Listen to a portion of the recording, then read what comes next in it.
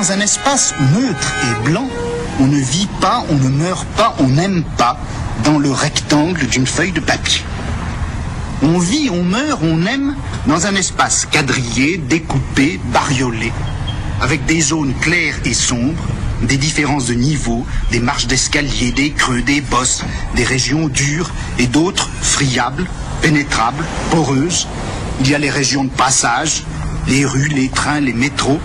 Il y a les régions ouvertes de la halte transitoire, les cafés, les cinémas, les plages, les hôtels. Et puis il y a les régions fermées du repos et du chez-soi. Eh bien, je rêve d'une science, et je dis bien une science, qui aurait pour objet ces espaces différents, ces autres lieux, ces contestations mythiques et réelles de l'espace où nous vivons.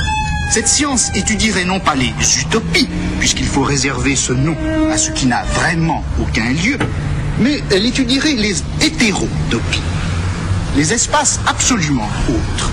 Et forcément, la science en question s'appelle déjà l'hétérotopologie.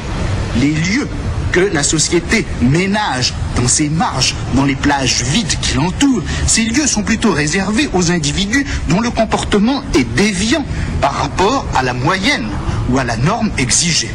De là les maisons de repos, de là les cliniques psychiatriques, de là également, bien sûr, les prisons. Il faudrait sans doute y joindre les maisons de retraite, puisque, après tout, l'oisiveté dans une société aussi affairée que la nôtre, l'oisiveté est comme une déviation d'ailleurs qui se trouve en l'occurrence être une déviation biologique quand elle est liée à la vieillesse, et c'est une déviation, ma foi, constante pour tous ceux du moins qui n'ont pas la discrétion de mourir d'un infarctus dans les 3 semaines qui suivent leur mise à la retraite.